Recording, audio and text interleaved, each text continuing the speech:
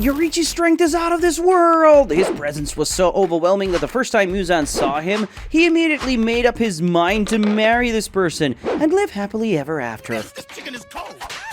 I'll definitely have to stop reading those yaoi fanfics. Anyway, what would have happened if Tanjiro inherited the same abilities as Yoriichi and scaled the maps of the 20th century, demon-infested Japan?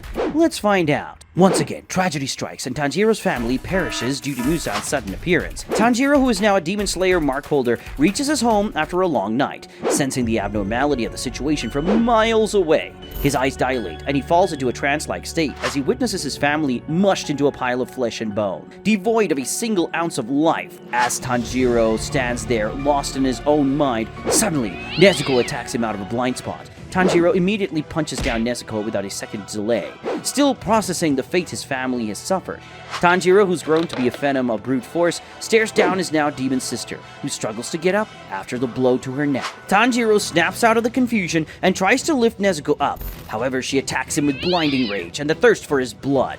Nezuko mounts Tanjiro, however, before he could do anything to stop her, Ghio arrives on the scene and kicks Nezuko off of Tanjiro. Tanjiro tries to go after Nezuko, but Ghio immediately sets off a kick to stop the young Kamado from getting devoured by his own sister. Tanjiro immediately reads the kick through Gyu's body movement, and much to the Hashira's dismay, dodges it. He rushes over to Nezuko and pins her down, screaming out that she needs a doctor. Gyu explains that his sister has turned into a demon and she'll start devouring humans soon if she isn't killed. Tanjiro whispers in Nezuko's ear that they'll get through this together and slams her down. He dashes towards Gyu and tries to slash him with his axe. Reading Gyu's movements does him no good and he's still too slow to beat Hashira. In a desperate attempt to subdue the water pillar, Tanjiro admits that he's the one catfishing him under Shinobu's fake profile on the internet and that he's sorry.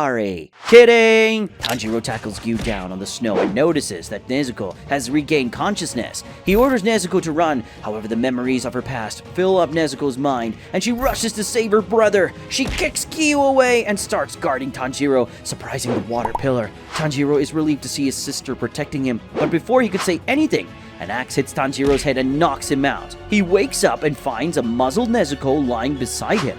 He looks around and spots Gyu sitting beside him as well. Tanjiro tries to get up and fight, but Gyu explains that he has never seen a demon protect another human and that he's willing to give the siblings a chance, given that Tanjiro joins the Demon Slayer Corps. Thus, Tanjiro and Nezuko set out on their journey to meet Urokodaki and train under him to become Demon Slayers, so they could find a way to turn Nezuko back into a human. Learning under Urokodaki, Tanjiro soon realizes that the Hinokami Kagura is actually a form of breathing, and after just 3 months of physical training, he abandons the breath of water to perfect the Hinokami Kagura, prompting the former water pillar to think, "Motherfucker, I'll chew his ass up." Anyway, Tanjiro shows a staggering pace of growth, and within a span of 3 more months, he is prompted by Urokodaki to complete the mandatory rock-splitting feat. But deep down in his heart, Urokodaki knows that he's training a beast among men. Tanjiro once again lets his subconscious take over and feels the air in his lungs burn like the sun. And before even Urokodaki to turn and walk away, he not only splits the boulder in half, but shatters the 2 halves into rubble just with the sheer force of a single strike. However, as he does so, he notices 2 shadowy figures popping up behind the mountain fog. With a wide smile and tears of hope in their eyes, Urokodaki is thrilled, and even before Tanjiro could speak of the shadows, Urokodaki informs him that he could attend the final selection earlier than scheduled on a special request. Wasting no time, Tanjiro agrees to travel to Mount Fujikasane and enter the final selection all alone. He maps the mountain, one-shotting every demon on his way, crossing the mountain at an astonishing pace, and ends up running into the hand demon. The demon immediately recognizes Tanjiro's fox mask. He attacks Tanjiro without a second thought. However, Tanjiro starts cutting down the demon's arms like an Italian chef, prompting the demon to re-strategize. The demon tries to regenerate, but his wounds burn and slow down the healing. He moves his eyes to look over at Tanjiro, however he vanishes, and before the demon could even realize it, his head starts to fall towards the ground. Tanjiro, who's once again thrown into a trance-like state, snaps out of it and realizes that he's already killed the demon.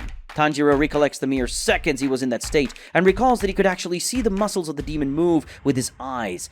Tanjiro washes the thought out of his head and moves on to complete the final selection and pick his katana or Tanjiro reaches Mount Sagiri and meets up with Urokodaki, who informs him that Nezuko is still asleep and that there's no telling when she'll gain consciousness.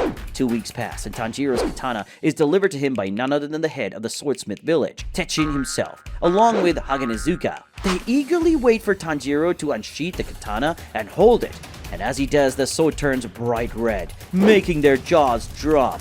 Techin reveals that Tanjiro has awakened the rarest color of the katana, the one that was used by none other than the progenitor of the breaths himself. Suddenly, a Kasugai crow appears out of nowhere and announces that Tanjiro's first mission has been assigned, and he needs to head to a town near Mount Natagumo to investigate several disappearances during the night. Tanjiro reaches the town after several days of travel and stops at an inn for the night. He scales the market for some info on the recent kidnappings and overhears people talking about children getting kidnapped every week, and that today must be the day another one disappears. Tanjiro decides to stay guard for the night in hopes of encountering the demon.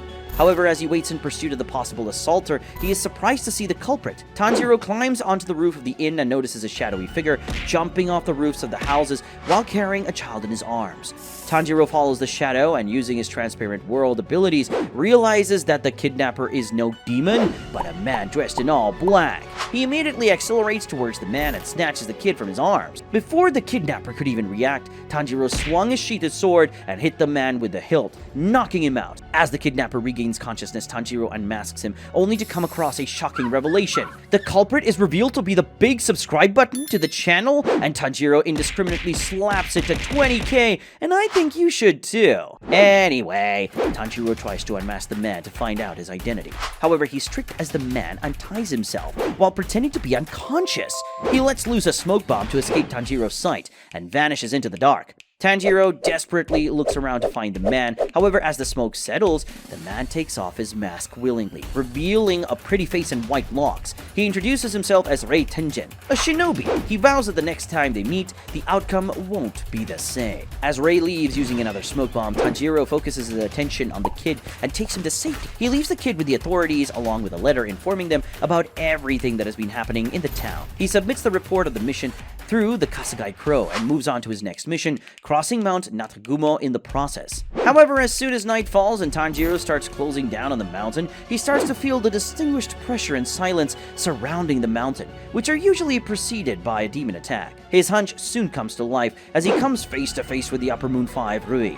As soon as Rui spots Tanjiro with his ashy red hair, a shiver runs down his spine as the memory from Muzan cells makes his heart run like a 30-year-old mom on Black Friday sale. Haha. Tanjiro grips his sword, but before he could attack Rui, the father spider tackles him outside Rui's range. The father demon unleashes a barrage of punches, leaving no room for Tanjiro. Tanjiro manages to get on his feet, and as soon as he does, he dashes past the father demon and advances towards Rui. A confused father demon turns back, but before he can realize what was happening, his head falls off his shoulders. Rui, panicking at the sight of Tanjiro and his dreadful way of fighting, begins to weave his blood threads. But before he can unleash them on Tanjiro, he cuts off his arms. Rui cries in pain as his arms burn from Tanjiro's scarlet sword and decides to run away, leaving the battlefield. He turns his back towards Tanjiro, which turns out to be his biggest mistake, as Tanjiro uses the sunflower thrust to impale Rui onto a tree.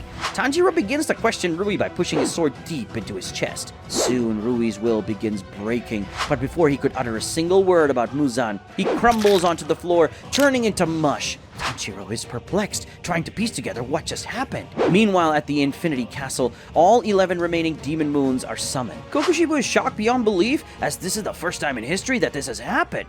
The lower moons bow their heads, and one of them shakingly asks Muzan about why they have been summoned. Muzan, in a fit of rage, utters that he doesn't need the lower moons anymore, as they are of no use to him. He looks towards Kokushibo, who immediately gets up, and with one slash of his sword, absorbs all the lower moons. Muzan announces that the mysterious swordsman has returned, which forced him to kill Rui. This pushes Kokushibo into disbelief, as he dismantled Yoriichi with his own two hands 400 years ago. Muzan declares a manhunt for the Scarlet Swordsman, and declares that he won't leave the Infinity Castle until the threat has been dealt with. The upper demons start to bicker like usual, and watching the face of Kokushibo makes Akaza worry as he leaves the castle, promising that he'll be the one to put down the Slayer. The rest of the demons leave as well, leaving Kokushibo behind, who phases in and out of his dreams, recalling the horror of Yoriichi and his strength. Tanjiro reaches the headquarters of the Corps and is instructed to visit the Butterfly Mansion for a routine health checkup. where he runs into a boy who carries out the examination.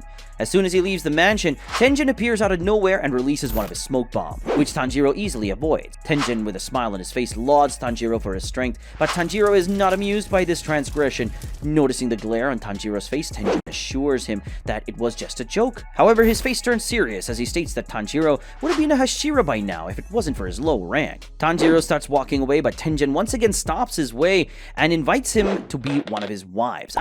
Invites him on the mission to the entertainment district, as it comes under his jurisdiction. Tanjiro immediately refuses. However, Tenjin piques his interest by mentioning that it could be the nest of an upper moon, as he could get information about the demon kind from it. Tenjin utters Muzan's name for the first time, which makes Tanjiro's blood boil. He grunts in disgust but soon catches his temper and agrees to go with the hashira as his underling. Tenjin asks him to meet in 1 week, and as soon as he leaves, Tanjiro's Kasugai crow starts hovering above his head, yelling out that he's been summoned by the master. Tanjiro follows the crow and meets up with Kagaya. He bows down in respect and asks Kagaya about the reason behind the unusual meetup. Kagaya explains that he could make an exception to the Demon Slayer rules for him and promote him to the rank of Hashira. However, there is one catch. If he's willing to slay his demon sister, he'll be promoted to the ranks of Hashira and be awarded a compensation to his liking. Tanjiro takes a look at Kagaya and refuses in mere seconds, explaining that titles mean nothing to him. As he gets up to leave, Kagaya, with a slight smile on his face, lauds him for his resolve and wishes him well for his upcoming mission, which is to eradicate a demon that has been kidnapping young girls in the night. Tanjiro reaches the town and on the very first night runs into the swamp demon trying to abduct a girl. As the demon surfaces in front of him, Tanjiro decodes that it might get tough if he gets dragged back into his swamp, so he decides to end it in one sweep. He waits for the demon to close on the girl, and before his hands reach her, he beheads the demon for good.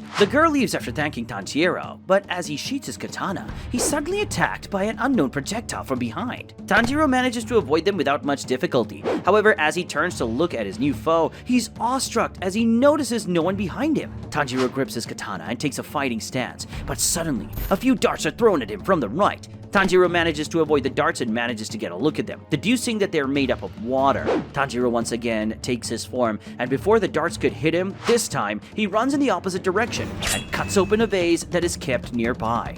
The demon, who's revealed to be none other than Gyoko, the schizophrenic, shows himself as he rises from another vase. Gyoko states that he'll be the one to bring Muzan Tanjiro's head as a present and rise above the ranks. He immediately transforms into his final state and attacks Tanjiro with all his might. Tanjiro manages to anticipate all of Gyoko's attacks using the see-through world and manages to cut his neck just a bit. Tanjiro starts falling into a trance-like state once again after he enters the see-through world. However, he controls his breath and voluntarily lets it take over. Suddenly, Tanjiro's head gets filled with the voices of Gyoko's blood moving in his veins and his scales rubbing against each other. He focuses all his attention on Gyoko's neck, and even before Gyoko could slither an inch closer to Tanjiro, he slides his sword against Gyoko's neck, cutting it off with godlike precision. As Gyoko's head falls off, Tanjiro interrogates him about Muzan's whereabouts, but Gyoko goes into a state of shock and is unable to speak a word, while slowly fading into dust. With only seconds of life left in him, Gyoko passes on Muzan's message to Tanjiro, stating that he and his sister's journey will soon come to a gruesome end. Tanjiro sheaths his katana and exits the town in order to reach the entertainment district as promised. He reaches Yoshiwara and meets up with Tenjin. Tenjin suggests that he and Tanjiro enter the district without their weapons, dressed as a civilian, which Tanjiro immediately turns down. They enter Yoshiwara, and as soon as Tanjiro sees Daki dressed as an Oiran, he immediately goes for his sword and cuts her down. Tenjin screams at him to stop behaving like a lunatic and blows a smoke bomb while pulling him aside to escape the guards who surround them. Tenjin and Tanjiro escape to one of the roofs, while at a considerable distance from Daki, Tanjiro states that he saw something in the Oiran. He further adds that the Oiran they saw wasn't a human, but rather a demon, which absurdly carried another stronger demon in her body. Meanwhile, Daki starts crying due to not being able to heal the wound, as the burn through the scarlet sword stops her healing. Suddenly, a huge whirlpool of wind surrounds Daki, throwing the crowd around the houses away and destroying everything. Tenjin and Tanjiro get shocked as they witness the real Upper Six, Gyutaro, exit Daki's body while simultaneously trying to console his crying sister. Tenjin immediately leaves to get his weapon, but Gyotaro spots him and dashes toward him while in midair. Tanjiro intercepts the attack and cuts through one of Gyotaro's sickles. Gyotaro curses Tanjiro, however he starts smiling as he informs Tanjiro that he has made his job easy by walking to his deathbed here in Yoshiwara. Tanjiro tries to willingly enter the trance-like state of selflessness and battle the upper demon this time around. Gyotaro rushes toward Tanjiro as the latter stands with his eyes closed in concentration. As soon as Gyotaro's sickles are about to pierce through Tanjiro, he opens his eyes and dodges the attack while simultaneously beheading Gyotaro in a matter of milliseconds. Tanjiro immediately strides towards Daki to kill her as well, but as soon as he moves forward, Gyotaro attacks him with another one of his blood sickles. Tanjiro senses something strange and looks back. He notices the Gyotaro sickle approaching him at a terrifying speed with no time for him to dodge. However, as soon as the sickle is about to hit him, Tenjin blocks it, effectively saving Tanjiro. Gyotaro overcomes his burn and immediately reattaches his head while rushing towards the Slayers. Daki, too, recovers and attacks Tanjiro from behind with her cloth-like blade. Both the Slayers take a deep breath and rush in opposite directions. Tanjiro once again runs down towards Gyotaro, and Tenjin closes his distance with Daki.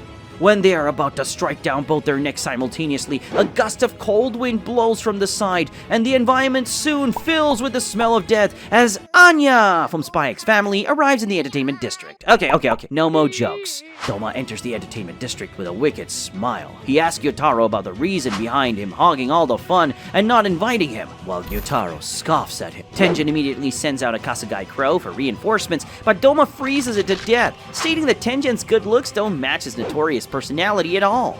Doma immediately starts attacking Tanjiro, and the battle turns into a 2v3 situation. Tanjiro instructs Tenjin to stall the two demons from before while he takes care of the icy idiot. Tanjiro once again falls into the selfless state, and in a wild turn of events lands a blow on Doma's face. A rattled Doma paces backwards as Tenjin starts battling the twins in an effort to hold them, until Tanjiro can cut down the new threat. Doma starts taking the fight seriously and immediately conjures a clone to fight Tanjiro, while maintaining his distance from the Scarlet Sword. Tanjiro immediately realizes Doma's intentions and rushes forward, ignoring his clone altogether. He once again unleashes a fiery slash and manages to cut Doma's shoulder. An irritated Doma falls back once again. He takes another look at Tanjiro, which makes the cells in his body aggravate as the memory of Yoriichi comes flooding in. Doma gives off a smirk and asks him to look over at his friend. Tanjiro glances over Tenjin, who's on the brink of collapse as the two demons start taking the upper hand. As soon as Tanjiro is deemed distracted by Doma, he summons an ice Buddha statue in an attempt to surround himself with it in order to freeze Tanjiro to death. Tanjiro refocuses his attention and starts to chip away at the Buddha statue so that he can end the fight quickly. Meanwhile, Tenjin starts getting desperate against the duo. Suddenly, he is reminded of the fate his brother had to endure under his father and the way Kagaya rescued him from his sins. He yells out in desperation, causing a brief moment of calm in the fight. Gyotaro moves to finish the hashira, but he disappears in front of his eyes. Gyotaro looks around and finds Tenjin standing on a rooftop with the head of Daki in his hands. Tenjin's breathing becomes heavy as a Demon Slayer mark appears on his shoulder. He once again vanishes, and as Gyotaro struggles to find him, he realizes the scenery is tilting. His head soon hits the floor, and as it rolls over, he realizes that he's being beheaded by Tenjin. Tenjin kicks Daki and Gyotaro's heads in opposite directions and proceeds to join Tanjiro in his fight against the upper two. Tanjiro, with his immense speed, inflicts hundreds of cuts on the Ice Buddha, effectively throwing Doma out of his ice shield. However, Doma smiles as soon as he is pushed out and starts conjuring another one around his body. But before he could cover up his neck, Tenjin comes in clutch from behind and beheads the demon with a precise cut. Not repeating the same mistake once again, Tanjiro begins to cut Doma's body into a trillion pieces so that he's effectively gone for good. Doma tries his best to regenerate his body, however he isn't able to muster enough energy to overcome his burns from Tanjiro's blade. Thus, the upper two succumbs to Tanjiro's will in a battle against innumerable odds. Tanjiro and Tenjin, flaunting their Demon Slayer marks, redirect their attention towards Gyotaro and Daki, who are regenerated and in utter shock. Upon witnessing the demise of Doma, both the demons decide to run away, but before they could do that, Obanai and Rengoku jump them from behind and behead them in sync. It's revealed that after the Kasagai Crow froze due to Doma's attack, the muscle mice ran all the way to the nearest hashiras and fetched Rengoku and Obanai. Thus, a vital force of Muzan got cut into nothingness as the three upper demons met their fate under the Demon Slayer swords. Now, set the like button ablaze so we can continue the story. See ya!